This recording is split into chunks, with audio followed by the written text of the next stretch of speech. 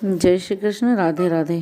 राजा चोल और विष्णु दत्त का कैसे उद्धार हुआ, ये हम इस 25वें अध्याय में देखेंगे। और अभी तक 24 अध्याय तो मैं डाल ही चुकी हूँ।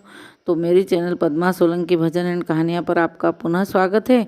और आप अगर नहीं देखें तो आप पीछे के अध्याय ज़रूर देखिए, और बहुत ही अच्छी सुंदर कथाएं दी गई है, तो ज़रूर उसका सुने।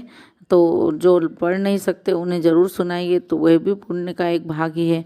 तो अब लीजिए, ये सुनिए। विष्णु के गण बोले, हे धर्मदत्त, एक दिन विष्णुदास नित्य कर्म कर रहा था, तब उसका बनाया हुआ भोजन कोई मनुष्य छिपकर चुरा कर ले गया।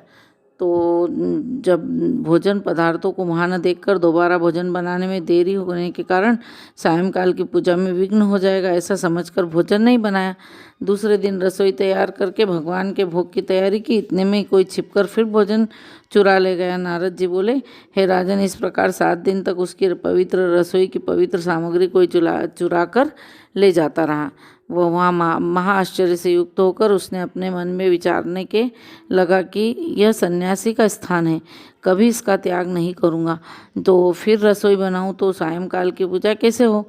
पाक बनाकर फिर बिना भगवान के भोग धरे भोजन करना वैष्णव को उचित नहीं है। मैं 7 दिन से उपवास व्रती हूँ, आज पाक की रक्षा करूँगा। इस प्रकार रसोई बनाकर वह छिपकर बैठ गया। इतने में ही उसने देखा कि पाक चुराने एक चांडाल आया है। भूख से सताया हुआ दुखी और हाड़ चर्म अवशेष उस चांडाल को देखकर ब्राह्मण बहुत दुखी हुआ। वह अन्न को ले जाने वाले चांडाल को देखकर ब्राह्मण बोला, ठहर जा, अरे यह रूखा सूखा भोजन क्यों खाता है, घी भी लेता जा, चुप पड़ कर खा लेना। ऐसा कहते हुए ब्राह्मण उसके पीछे पीछे दौड़ा। उसे आते हुए देखकर ब्राह्मण को देखकर डर के मारे चांडाल तेजी से दौड़ता हुआ मूर्छित होकर पृथ्वी पर गिर पड़ा। तब वह ब्राह्मण मूर्छित अवस्था में चांडाल को देखकर अपने वस्त्र से हवा करने लगा। जब वह चांडाल उठकर खड़ा हुआ तो विष्णुदास ने उसे शंख चक्र गदा पद्मधारी साक्षात नारायण के रूप में देखा, जिनके पीले वस्त्र, 4 भुजा और छाती में लक्ष्मी का चिन्ह था, किरीट पहने हुए था, अलसी के फूल के समान प्रकाशमान ऐसे भगवान को कौस्तुभ मणि सहित देखा। सात्विक भाव से युक्त ब्राह्मण उनको देखकर स्तुति और नमस्कार करना चाहा था कि उसी समय इंद्रादि देवता वहाँ आ गए। गंधर्व और अप्सराएं प्रसन्नता से नाचने लगी।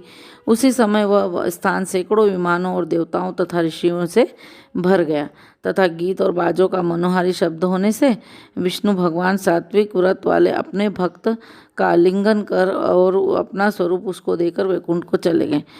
सुंदर विमान में बैठे विष्णु के समीप जाते हुए विष्णुदास को यज्ञ में दीक्षा युक्त राजा चोल को देखा।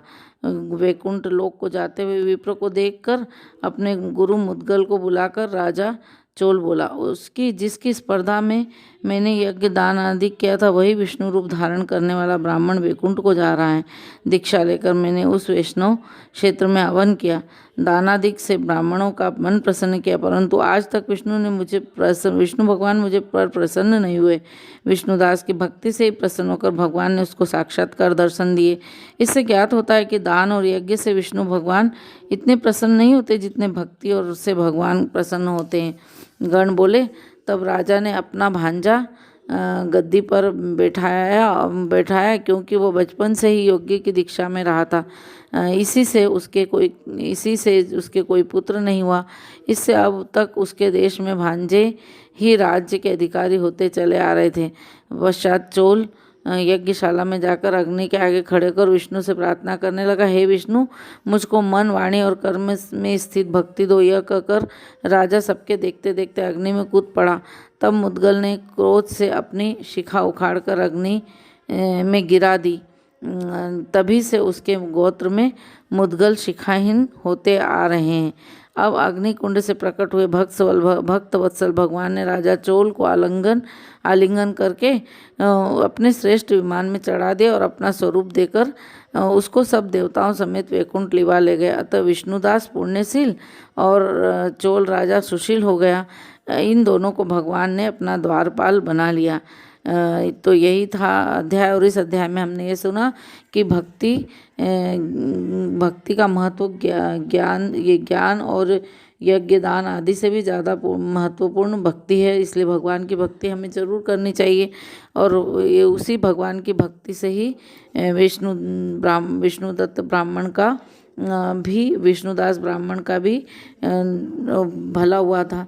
तो हमें ज़रूर भक्ति करनी चाहिए। यही था अध्याय। और अगर आपने अभी तक नहीं सुना है, नहीं देखा है, तो आप ज़रूर मेरे बाकी के अध्याय मेरी चैनल पर देखें और आप चैनल को सब्सक्राइब करें, क्योंकि यहाँ पर सब कुछ आपको सभी प्रकार के भजन, गाने और कथाएं सब कुछ मिलेगी। धन्यवाद।